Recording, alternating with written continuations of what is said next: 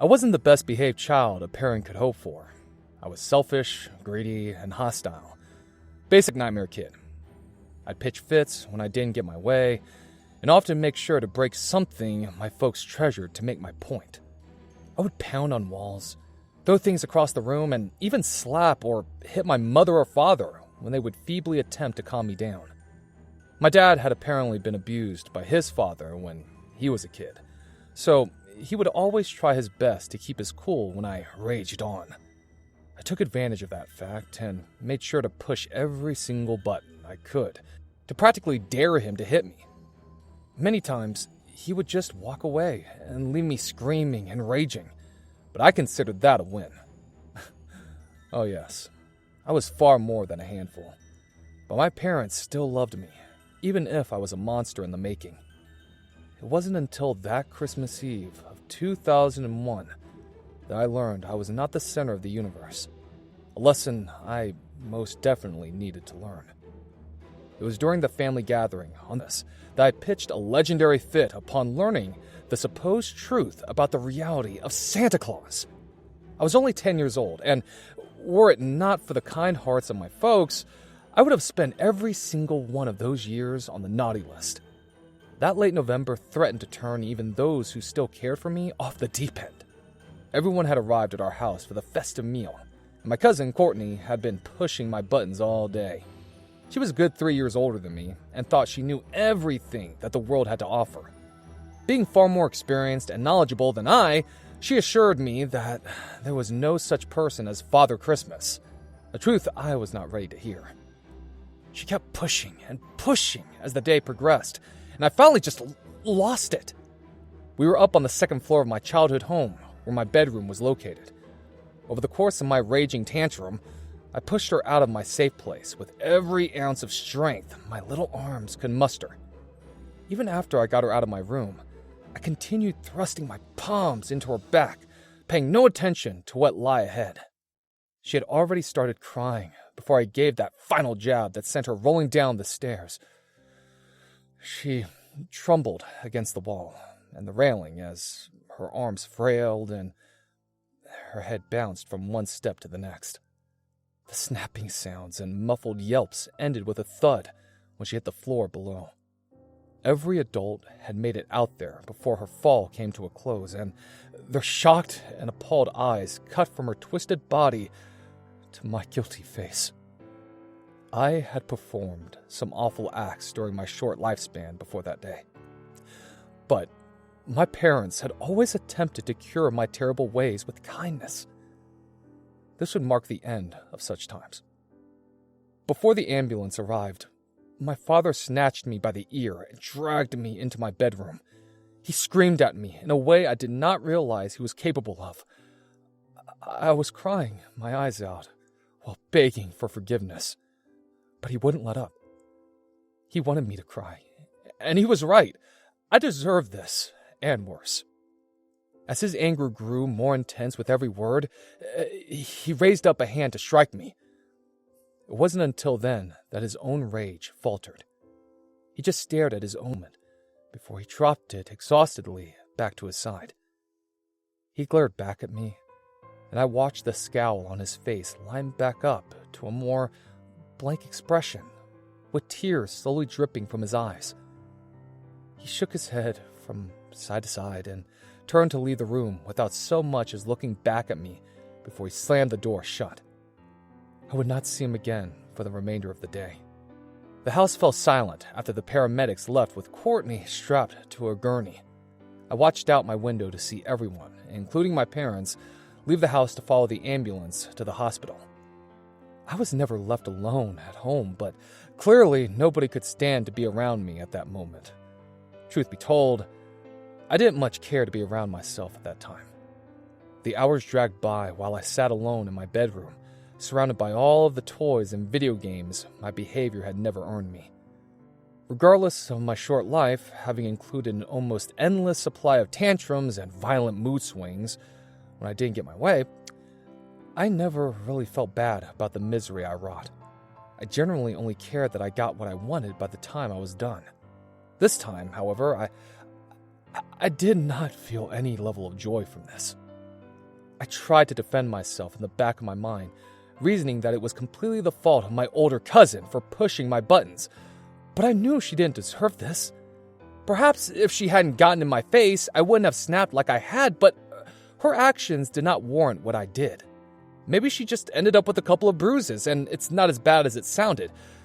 I reasoned with myself, though I could still hear the snapping of her bones ringing in the background of my silent, darkened room.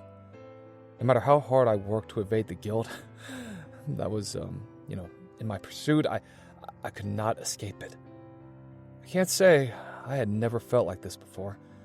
Even when I broke the big screen television my father took such pride in, I didn't feel bad. Regardless of my inadvertently setting fire to the curtains in the living room, which very could possibly have burnt the entire house down if my mother's reflexes hadn't been so quick, my conscience still felt clear. There was no getting away from this one, no matter how much inner arguing I performed. Courtney could be dead for all I know, and her blood would be on my hands. For hours, I just sat there in silence, perched on the floor of my room. Even after the sun retreated from the night, I did not move from that same spot. I could have gotten to my feet to at least turn on the light, but I wanted to be in the dark. Any light could run the risk of me seeing my reflection in the window, or something. I couldn't look into my own eyes right now. While my brooding continued and the world outside fell still, I became aware of a slight rumbling. It felt as though the whole house had begun to tremble slightly. The sensation was growing more and more intense by the second, finally inspiring me to break myself free from the carpeted floor for the first time in hours. I ran to my window to look outside after light appeared to beam through, almost as if the sun had shot back up from its dormant state. I could barely believe what I saw while I pressed my nose to the glass. My childhood home was on a very average suburban street. Most of the houses sported similar designs, with not much variation in color palettes. A two-lane road with houses on either side of it, just like millions of other neighborhoods across the country. Said road had now been replaced by a train track, with a long and somewhat ancient-looking steam train parked upon it. The smoke bellowed from the wide chimney on the front, lining the street in an almost unnatural fog. As I stared in at this unusual sight, I saw a man in a conductor uniform exiting the train. As soon as he set foot on the snowy ground, he glanced up to meet my gaze. I quickly ducked down beneath the window. I lifted my head up to look down at the man once more, to find he was still glaring at me. He had a kind face, with a wide smile and bright eyes. He raised his hand and gestured for me to come to him. Though I was more than a little freaked out, something inside me was almost begging to march out into the cold to see this up close and personal. I grabbed my thickest winter coat, scarf, and boots and ran down the stairs without looking back. I threw the front door to my home wide open and just stood there staring out. I pulled the knit cap from my coat pocket and pulled it snugly onto my head, while the conductor still smiled on, waving his arm to beckon me forward. I stepped out into the thick snow on the ground, while swinging the door shut behind me. The wide-eyed and grinning expression of the man did not falter while I took wide steps, crushing the snow beneath my boot. "Are you ready, lad?" The man asked in a deep voice and very proper-sounding English accent. "Ready for what?" I asked, craning my neck to look into the man's eyes. He was much taller up close than I had expected when I watched him from my second-floor window. He appeared to be straining a little while bending his head down to look back at me. "To go to the North Pole, of course," he replied. "You're not serious," I scoffed. "Do you doubt your own eyes, child?" he asked, holding his arms out as if to present the train to me like I hadn't noticed it. The man's expression had still not wavered, even a little. His bright green eyes were so wide that they almost appeared to not be cupped on top and bottom with any eyelids, just perfectly round circles with small pupils in the center. His perfectly white teeth looked almost false and slightly cartoony. Though the face as a whole seemed unthreatening, I became more and more uncomfortable the longer I stared up at it. "No," I replied, shaking my head softly. "I don't think I should." He just glared down at me with those cue balls for eyes and chicken teeth, neither blinking nor moving in the slightest. I felt my back tense up, and I was unsure if it was due to the frigid cold or the gaze of the stranger in the dark red train conductor's uniform. I started to back away from the man, whose brow had begun to sink a little, forming a crease above the large and somehow darkening eyes. They had been a light green before, but as I stepped away from him, they appeared to have grown a much deeper shade, bordering on black. "I think I'm gonna go back inside now," I said as I continued to back away. We continued our staring contest as I waved my hands around behind my neck, hoping to feel my front door approaching soon. The second I felt my fingertips make contact with the reflective brass doorknob, the conductor outstretched his own arm in front of him, still maintaining his unsettling gaze. As I turned the knob, the white-gloved hand shot towards me, growing as it drew closer, until the elongated fingers wrapped themselves around my entire torso. The grip was so tight, it almost squeezed the breath right out of my lungs, before it rapidly yanked me back to the man. Before I knew it, he was holding me right in front of his face. His unblinking eyes appeared almost the size of my head while he examined my face. "You will be boarding this train, young man."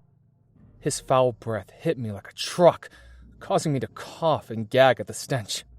"Would you care to climb the steps of your own volition, or shall I carry you like this?" His eyes looked as though they were pulsing while they glared into mine. The horrendous odor that spilled from his mouth still lingered in my nostrils, but that wasn't nearly as uncomfortable as his stare. I'll walk," I stuttered, in little more than a whisper. The man nodded his head as he gently placed me back onto the ground. My shaky legs threatened to drop me to the concrete, and I briefly considered attempting to flee again. Somehow, I knew there would be little point in that. I would be boarding this train whether I liked it or not. The choice was no longer in my hands, if it had ever been in the first place. The lanky conductor lowered his body into a bow while he gestured towards the open door that stood just above the 4 metal steps. My whole body was trembling while I approached, and then climbed up into the cab. There was an aged and musty smell that spilled from inside as I crossed through the precipice with the tall, slender man pulling himself up behind me. "Take any open seat you like," he said as we paced through into the passenger car. I glanced across the carriage to see only a handful of other children perched upon the seats of the elegant yet somewhat eerie room.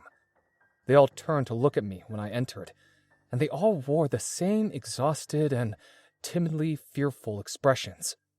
There was a short-haired blonde kid with large circular-lensed glasses wearing striped pajamas and a dark green robe. He appeared to be around 12 or so, if I had to guess. An African-American girl with long braided pigtails, who looked to be about the same age as I, dressed in a unicorn nightgown and a thick white coat with a fur-lined collar.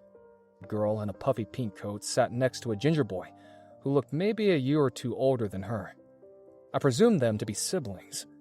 He wore a long hooded blue coat and appeared to be bordering on tears while he glared back at me. The cabin itself was quite large, far bigger on the inside than I would have thought when I looked on from my bedroom window. The ceiling was maybe 15 feet high, with 3 golden and ornate chandeliers hanging from it. They each held several flickering candles, though they provided little light to the darkly lit cabin. Shimmering, yet slightly tattered tinsel dropped from them in no particular pattern or design. Each red velvet-lined row of seats had a large arched window to the side, with delicate filigree borders. The carpeted floor was the same color as the chairs, but it was lined in yellows and greens, while speckled with a variety of muddy stains. Still, as classy as the place looked, there was something about it that felt ancient and ghostly. This seemed a place in which the dead would gather to travel from one plane to the next, not one that would carry small and terrified children to the wonders of Santa's workshop. As my trembling legs led me to the closest seat, I had little doubt that we were not bound for any place fantastical and inspiring. Given the fact I had very possibly killed my older cousin, this journey was not to reward me. The sour expressions itched onto the faces of my traveling companions led me to believe we were all on the same page. we would be facing punishment for our ill deeds this night. Something I could not deny that I deserved.